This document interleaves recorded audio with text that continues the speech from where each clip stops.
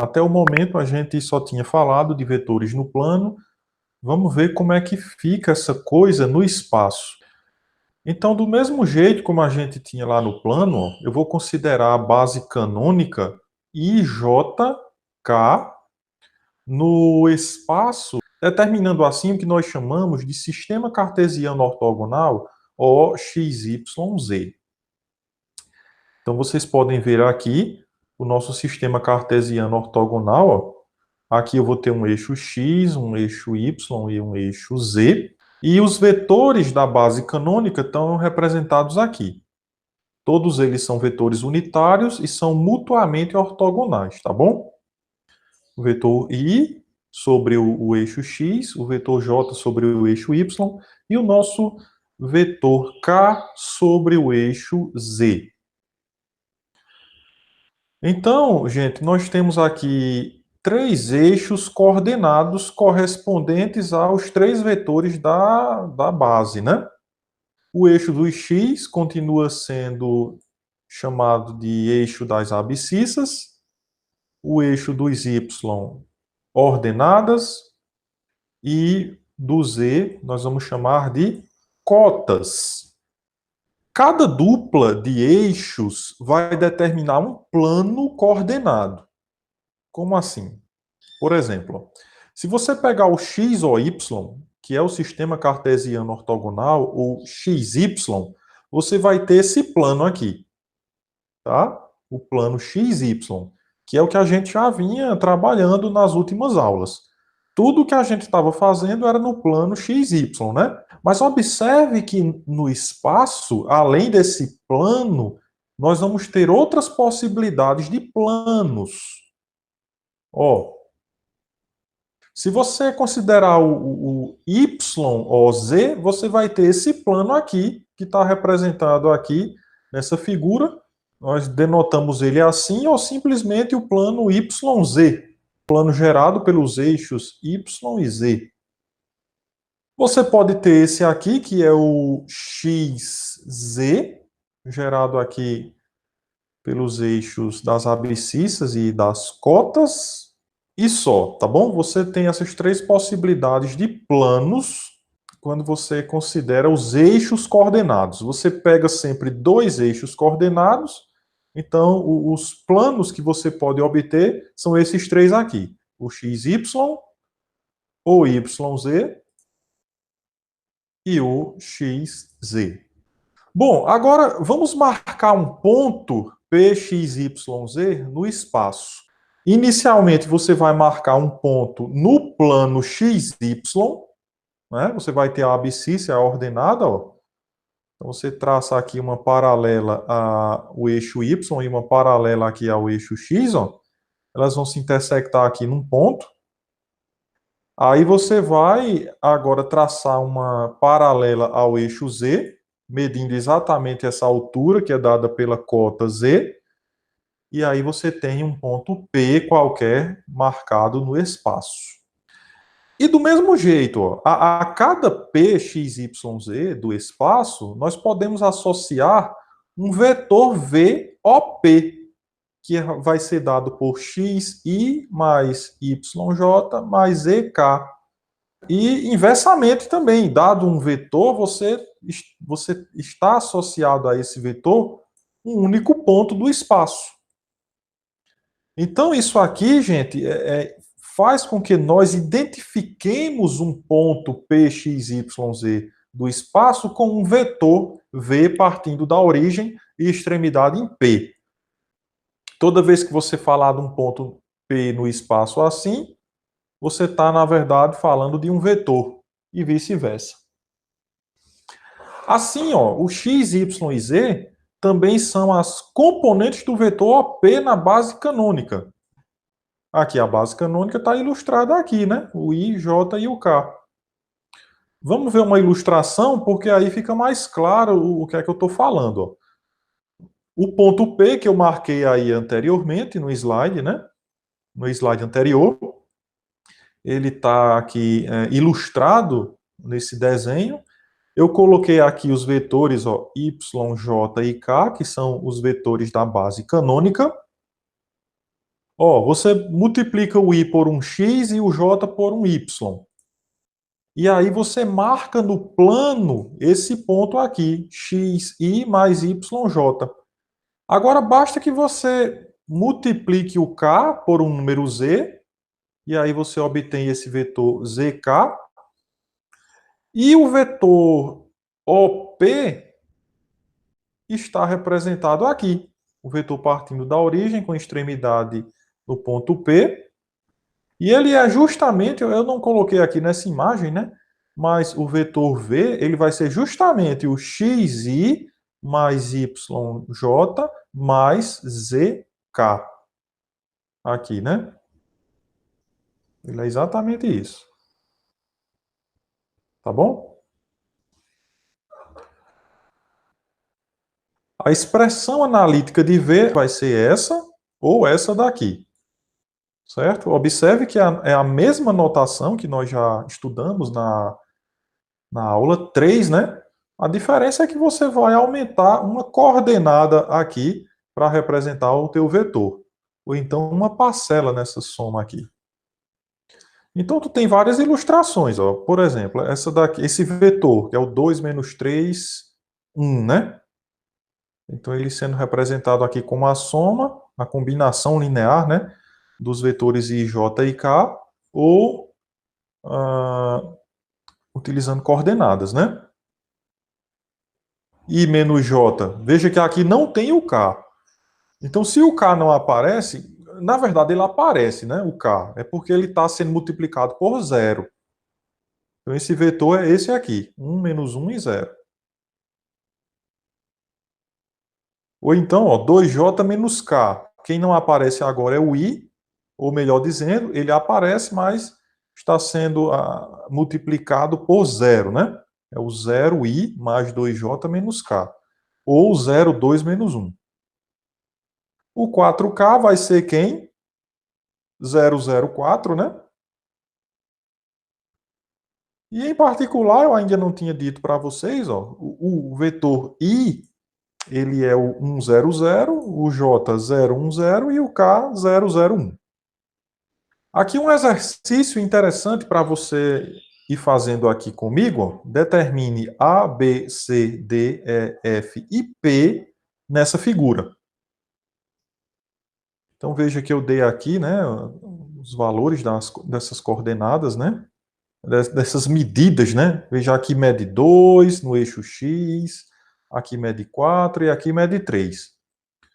Então eu desafio você a ir dizendo aí, ou escrevendo, as coordenadas dos pontos A, B, C, D, E, F e P. Então dê pausa aí nesse vídeo e tente descobrir as coordenadas de cada ponto que está representado aqui nessa figura. As respostas eu vou mostrar agora. Por exemplo, o ponto A, né, que é um ponto que está no eixo X, ó. Se é um ponto que está no eixo X, então as coordenadas de Y e Z são nulas. Então só aparece o 2, né? Na posição do X, ó. Já o ponto B tem abscissa 2, ó, e ordenada 4, mas não tem cota. Ele não tem nenhuma altura aqui, ele está exatamente no plano XY. Então a cota dele vai ser nula. E assim por diante. Você vai analisando aí cada caso.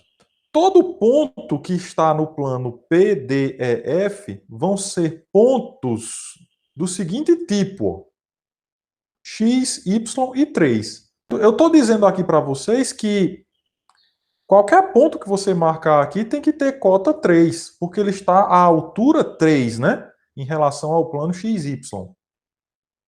O X e Y pode ser qualquer outra coisa aqui, né? Mas a cota é fixa, é 3. Já se você vem para esse plano PBCD, todos esses pontos vão ser de que tipo? Né? Qual é a medida que vai estar fixa aqui? Se você observar, é justamente essa medida do Y. Né? O X aqui eu posso variar, a cota eu posso variar, mas o 4 está fixo. Então, qualquer ponto que for marcado aqui nesse plano, qualquer ponto desse plano aqui em verde, ele vai ter essas coordenadas. X, 4, sempre vai ser 4 no Y, e o Z também pode variar, né? E finalmente aqui você observa que qualquer ponto desse plano, PFAB, ele vai ter a abscissa fixa, né? Mas as ordenadas aqui e as cotas podem variar. Então, vão ser pontos do tipo 2YZ. Bom, vamos ver agora pontos pertencentes aos eixos e planos coordenados, né? Assim, tudo isso junto, né? Eu, tipo, já falei dessas coisas, mas vamos tentar juntar numa mesma figura. Por exemplo, um ponto no eixo X vai ser sempre assim. X00, né? Ordenada e cota nulas. Qualquer ponto nesse plano aqui, que é o plano determinado por x e y, vai ter a cota nula. Então, ele vai ser XY0.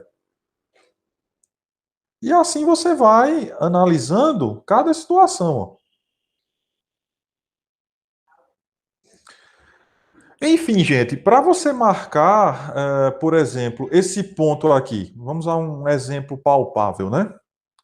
No espaço, como é que você deve proceder? Então, o processo é sempre o seguinte: primeiro você vai marcar o ponto A', 3 menos 2, 0, no plano XY. Afinal de contas, é o que você aprendeu a fazer primeiro, né? Você aprendeu a marcar pontos no plano cartesiano ortogonal.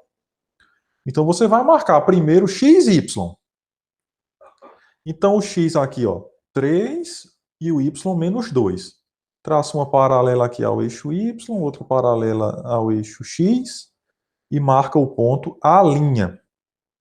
Então, agora é fácil, né? Para você chegar ao ponto A, você vai marcar 4 unidades aqui no eixo das cotas e aí você vai subir aqui através de uma reta paralela ao eixo Z, 4 unidades.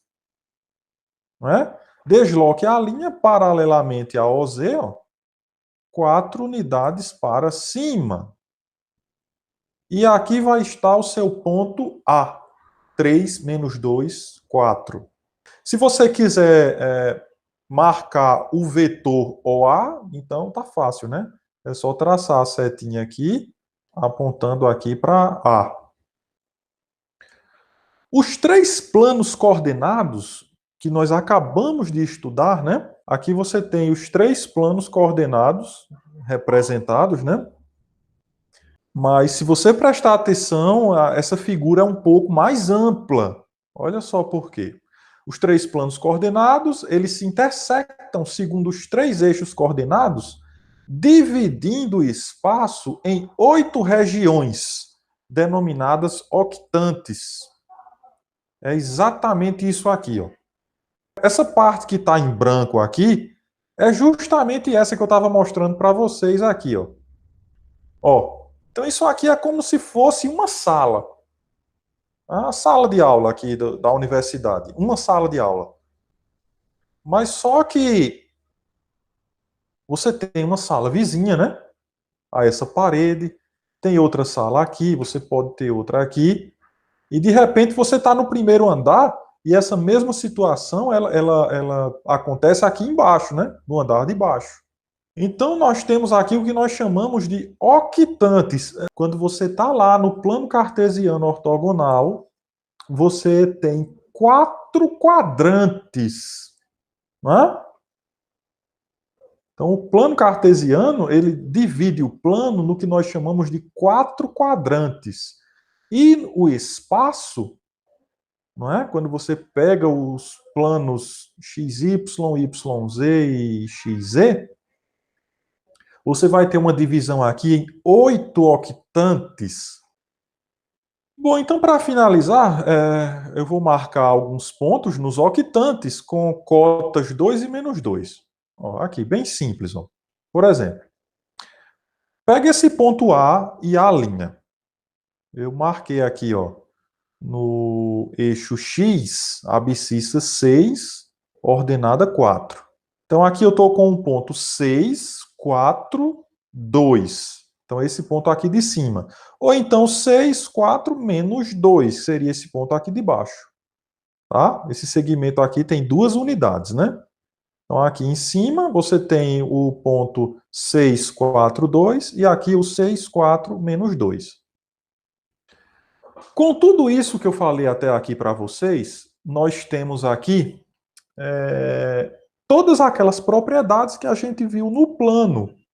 Elas continuam sendo válidas para vetores no espaço, a saber, igualdade, as operações, o vetor definido por 2 pontos, o ponto médio, paralelismo, módulo de um vetor, tudo aquilo que a gente viu na aula passada, a gente viu tudo isso com coordenadas, né?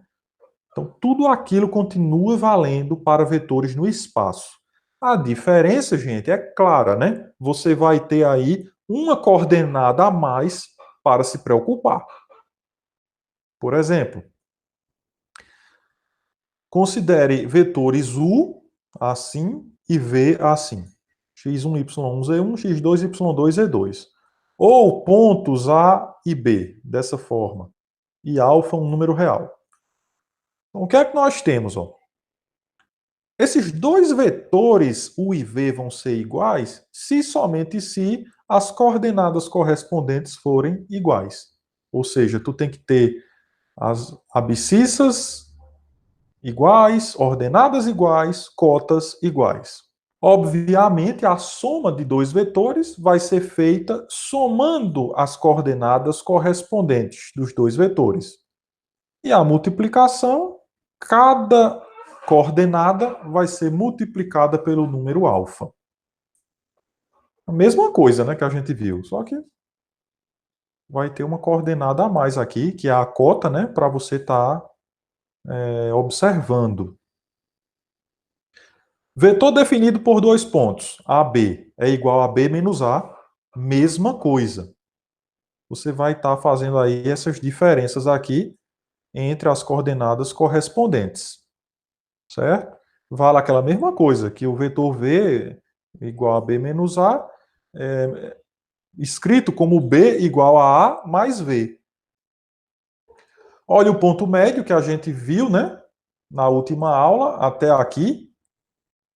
Provamos que o ponto médio no plano, ele é obtido com essas coordenadas desse jeito, até aqui, né? E o ponto médio no espaço vai ser a mesma coisa, só que aumenta, né? Aqui a cota, né? A cota tem que ser considerada também, sendo dividido aqui por 2. O paralelismo, mesma coisa. Se U é paralelo a V, então U pode ser escrito como uma constante vezes V, e disso aqui a gente tira essas razões aqui, né? Vão ser todas iguais. Olha o módulo do vetor V, né? Ele vai ser dado por essa raiz quadrada, aqui o aparecimento da cota ao quadrado. E aí eu tenho 4 exemplos. Então, em breve, eu vou estar postando a segunda parte dessa aula, resolvendo esses exemplos aqui.